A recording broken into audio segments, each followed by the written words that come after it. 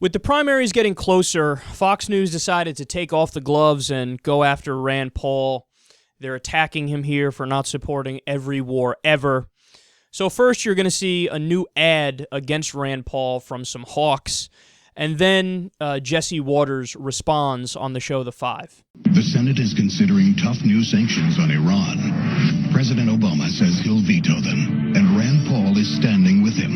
Rand Paul supports Obama's negotiations with Iran, and he doesn't understand the threat. You know, it's ridiculous to think that they're a threat to our national security. Rand Paul is wrong and dangerous. Tell him to stop siding with Obama, because even one Iranian bomb would be a disaster. I actually support the ad. I think a lot of his foreign policy is offensive. It's a code pink foreign policy. Let's look at some of the things he's said and done. This guy said the American intervention in the Middle East created ISIS. I think President Obama actually said that too. He took the military option off the table in Iran. Even President Obama had that. Yeah. He said that Cheney went to war in Iraq for Halliburton profits. Okay? I think that's an actual Huffington Post headline right there. He wants to get rid of the Patriot Act. So does Nancy Pelosi. These things don't sit well with me, not a lot of other Republican primary voters. And this guy's going to get kneecapped, debate by these hawks that he has to debate because he's going to get used as a punching bag. I mean, this guy's like makes Howard Dean look like a warmonger. Oh, yeah. I hate Rand Paul too, man. Sometimes he believes things that are true. We can't accept that. Look at these guys, man. They really are a parody. They are a parody of a dumbass Republican hawk. Are you questioning America, son? What America does is always great because we protect freedom around the world. He goes, he wants to get rid of the Patriot Act. So does Nancy Pelosi. As if that's like a substantive argument. Say, well, he wins. You can't defeat him with logic like that. Nancy Pelosi likes something that Rand Paul likes. It must be wrong. Hello, it's Nancy Pelosi. She's a woman and a Democrat. She's obviously wrong. Okay, no, to be against the Patriot Act means you are for the Constitution. I love how conservatives always, use the Constitution as a talking point and parrot it. Talk about, I believe in the Constitution, I believe in the Constitution, I believe in the Constitution. Only when it's convenient. When it's inconvenient, they're like, Constitution? We have one? Fuck. Could have fooled me, man. I didn't know we had a Constitution. When was it drafted? Look, the Patriot Act just grossly infringes upon the Fourth Amendment, for example. Your protection from unreasonable search and seizure, your right to privacy, habeas corpus. I mean, the list goes on and on. Protection from cruel and unusual punishment. I mean, the Patriot Act absolutely shit on the Constitution, but Fox is like, yeah, we don't care. We are for the Patriot Act because Nancy Pelosi is against it. Hashtag logic, bitch. Well done there, Jesse Waters. Then he goes, Rand Paul said that Cheney made money for Halliburton when we went to Iraq. What a crazy left-wing loon. Except that's a fact. I don't know, like, that's not something that's arguable. Is that like, did he make money for Halliburton? I don't know. What's your opinion? I'll tell you my opinion. No, that's a fact. Dick Cheney got, millions of dollars as a bonus when he left Halliburton. And then, lo and behold, when we went to war, who gets a no-bid contract and gets incredibly rich, billion-dollar no-bid contracts when that happened? It was Halliburton and KBR.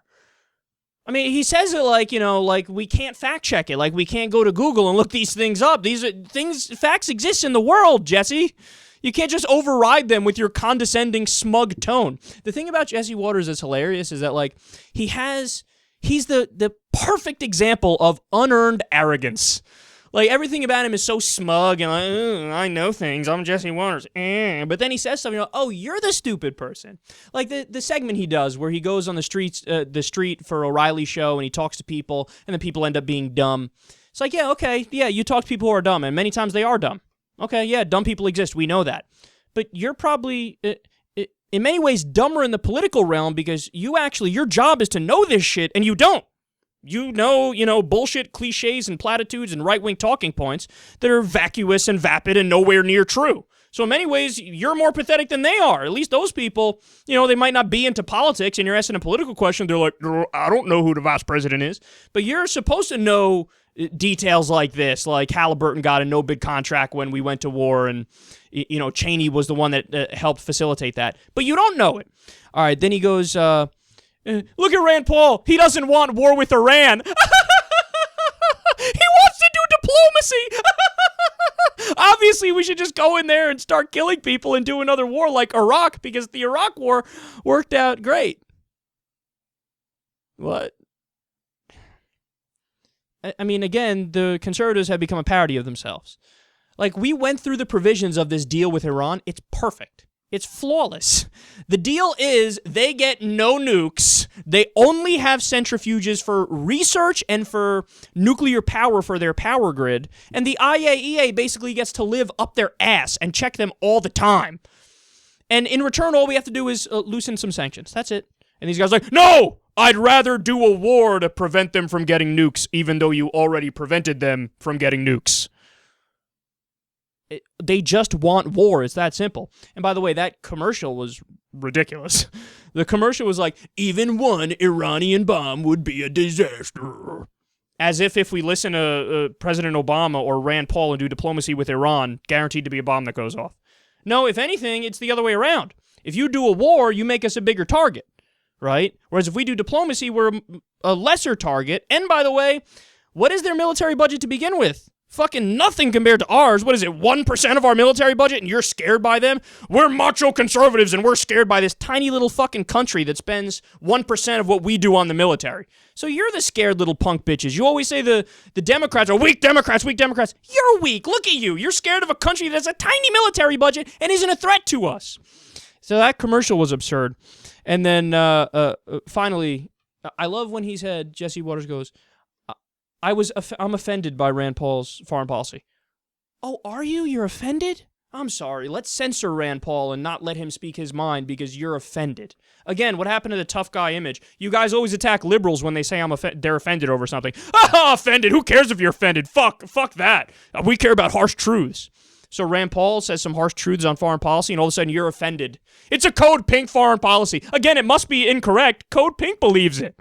Yeah, deep thinking there, Jesse. And Rand Paul believes that U.S. intervention led to the rise of ISIS. Yeah, anybody who's actually followed that situation knows that that's not just our opinion, it's a fact. We went over the article the other day on the show. The person who led to ISIS's strategic success is a guy who was a former intelligence official in the Ba'ath Party under Saddam Hussein. He became bitter and angry after the U.S. invaded Iraq and de-Ba'athified the government, kicked him out of a job. Then he was unemployed. Then he was tortured at Abu Ghraib. Then when he got out, he said, fuck this. The Shiites are in power in what used to be my country. I used to have power. No, I don't have power. I was just tortured. I'm pissed off. I'm going to team up as a secular Sunni. I'm going to team up with the religious fundamentalists, ISIS, and we're going to get some strategic success, and we're going to take over some territory. It is a fact that the rise of ISIS came as a result of the U.S. fucking up Iraq. It's just true. I mean, look at, where did they get many of their weapons from? This is another thing nobody talks about, right? You do know that when we invaded there, and then as we slowly pulled out of certain regions, we left behind guns and tanks and Humvees and all types of weaponry, right? And then you know who came in and picked those up, right? ISIS! So they're armed because of us. We pissed off the Sunni population and radicalized them because of our intervention. And you're sitting there smugly like, everybody knows the U.S. had nothing to do with the rise of ISIS, even though that's a fact. And look, even after all this is said and done, I still have to add the last asterisk here, that this really proves again that these guys don't know what they're talking about and don't know what they're doing and don't research for the show and don't follow the news cycles, because they are attacking Rand Paul like he's some kind of big dove. He just proposed a $190 billion increase to military spending. I totally disagree with that. I hated that he did that. It really got under my skin because I thought finally we have a Republican who's somewhat sensible on foreign policy. But all the attacks that they're doing on him, they're attacks as if he didn't propose a giant military spending increase. So again, they just don't know what the fuck they're talking about, and they don't follow the news, and they're just arguing based off of stereotypes.